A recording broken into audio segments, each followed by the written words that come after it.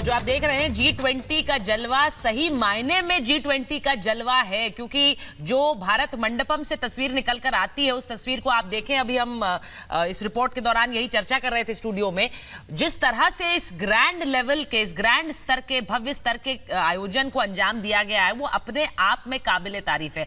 Major general GD Bakshi sir जुड़ गए हमारे साथ, उनके पास एक बार पहले जा रही हूं। जीडी बख्शी सर, अगर आप सुन पा रहे हैं मुझे, आज एक और बड़ा सेशन है, वन फ्यूचर का सेशन है, और सर आपको लगता है कि हिंदुस्तान एक ऐसा देश, भारत एक ऐसा देश जो दुनिया भर की अर्थव्यवस्थाओं को लेकर, क्योंकि G20 आरंभिक रूप से एक इकोनॉमिक प्लेटफॉर्म है, दुनिया भर की अर्थव्यवस्थाओं को साथ लेकर उन्हें लीड करने में सक्षम है, ये भारत ने दिखाया है इस बार।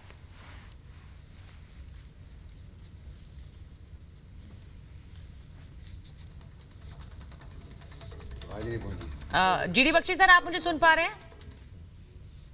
मुझे लगता है आवाज नहीं जा रही है, उनके पास वापस चलेंगे, एक बार उनके पास आवाज चली जाए।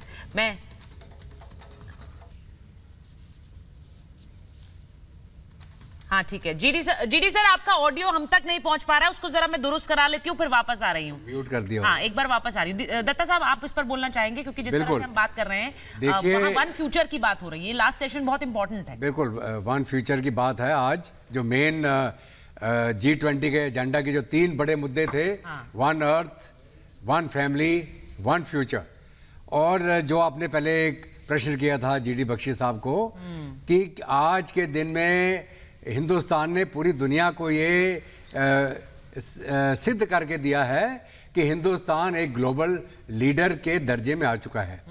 आज के दिन में पूरी दुनिया में एक जो सबसे ज़्यादा पॉपुलर लीडर है, जो सबसे बड़ी डेमोक्रेसी का एक चुना हुआ प्रधानमंत्री है, वो है नरेंद्र मोदी। अब चाहे किसी को अच्छा लगे चाहे बुरा लगे, ये है ग्राउंड की रियलिटी। और ये G20 के शिखर सम्मेलन में हिंदुस्तान ने और भारत ने ये जाहिर कर दिया है कि हमारी जो पॉलिटिकल डिप्लोमेटिक एक्यूमेन जो हमने सदियों से अपने विरासत में लिया, चाणक्य के टाइम से आज तक, उसको हमने प्रूव करके दिखा दिया कि हिंदुस्तान की काबिलियत क्या है। इस आज के युग में जो जियोपॉलिटिक्स चल रहा है पूरी दुनिया के अंदर, यूक्रेन रूस का जंग चल रहा है, आपकी सप्लाई चेन्स टूट गई हैं, आपकी खाद्य जो सिक्योरिटी है वो खतरे में है। इस हालत में हमने सारे दुनिया को एकजुट करके एक मुश्त, एक एग्रीमेंट के ऊपर एक हमने जो इसका डिक्लेरेशन किया है G20 का, by the leaders of G20, ये अपने आप में एक बहुत बड़ी कामयाबी है।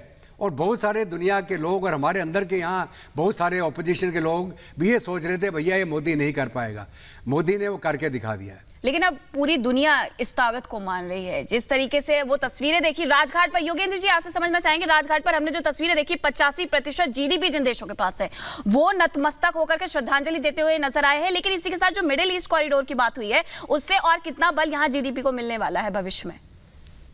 देखिए, इस समिट का जो स्लोगन है वन अर्थ वन फैमिली, ये अपने आप में यह दर्शाता है कि इंडिया जो है वो क्लियरली बिलीव करता है एक पीसफुल को एग्जिस्टेंस में। और जब हम इसकी बात करते हैं तो इसका मतलब ये है कि हम हर एक कंट्री को जो है एक इक्वल पार्टनर मान के चलते हैं और उनको एक ड्यू रिगार्ड और रिस्पेक्ट जो है देने में बिलीव करते हैं। इससे आप एक ट्रस्ट जो डेफिसिट आया हुआ है post covid as well as Russia Ukraine war से, वो इस इन्वायरमेंट के अंदर जो है धीरे धीरे जो है कम होगा। और उससे आप देखिए कि कंट्रीज़ के अंदर एक दूसरे के अंदर ट्रस्ट और कॉन्फिडेंस होना बहुत ज़रूरी है। और जब तक वो नहीं होगा तो आप एक अपने आप में ही ट्रेड बैरियर्स जो हैं वो क्रिएट करते हैं। तो इंडिया जो है उसने एक रोड मैप जो दिखाया है, उससे मैं ये बिलीव करता हूँ कि आने वाले टाइम में हम ये देखेंगे कि जो सप्लाई चेन डिसरप्शंस जो देखी जा रही है दुनिया के अंदर, वो धीरे धीरे जो है इरेडिकेट होंगी। और मेरा ये मानना है कि अब जो ओवरऑल इकोसिस्टम जो बना है वो इस तरीके का है कि आप जिस जो बात कर रहे हैं योगेंद्र जी, एक ट्रस्ट डेफिसिट की बात हमने शुरुआत में प्रधानमंत्री ने कल संबोधन में कही थी। उस ट्रस्ट डेफिसिट से यहां तक आना कि हम वन फ्यूचर की बात करें, यह भी अपने आप में सांकेतिक है। इसीलिए प्रधानमंत्री ने अपने शुरुआती संबोधन में उस ट्रस्ट डेफिसिट की बात की है। और ये जीडी बख्शी सर, अगर आपको मेरी आवाज आ रही है, कुछ ऐसे देश हैं और जहां हमने कल कहा कि अफ्रीकन यूनियन को साथ लाना, आपने उसे कैमरे पर अपलोड किया था सर कल, और ये हाथ पकड़कर लूट खसोट नहीं मचाते हैं, हाथ पकड़कर साथ लेकर जाते हैं, ये भारतीय परंपरा है। वैसा ही भारत बाकी देशों के साथ कर रहा है, अफ्रीकन यूनियन के साथ कर रहा है, इसीलिए वर्ल्ड लीडर के तौर पर अपलोड किया जा रहा है। जी बेशक बेशक, देखिए भारत इमर्ज किया है as a consensus builder, as a bridge builder. A divided world, sharply polarized world, एक sharply polarized world में भारत इमर्ज कर रहा है consensus builder, bridge builder. Bharat ने लोगों को जोड़ा है, जबकि सारे देश इतने डिवाइडेड थे, इतने पोलराइज थे।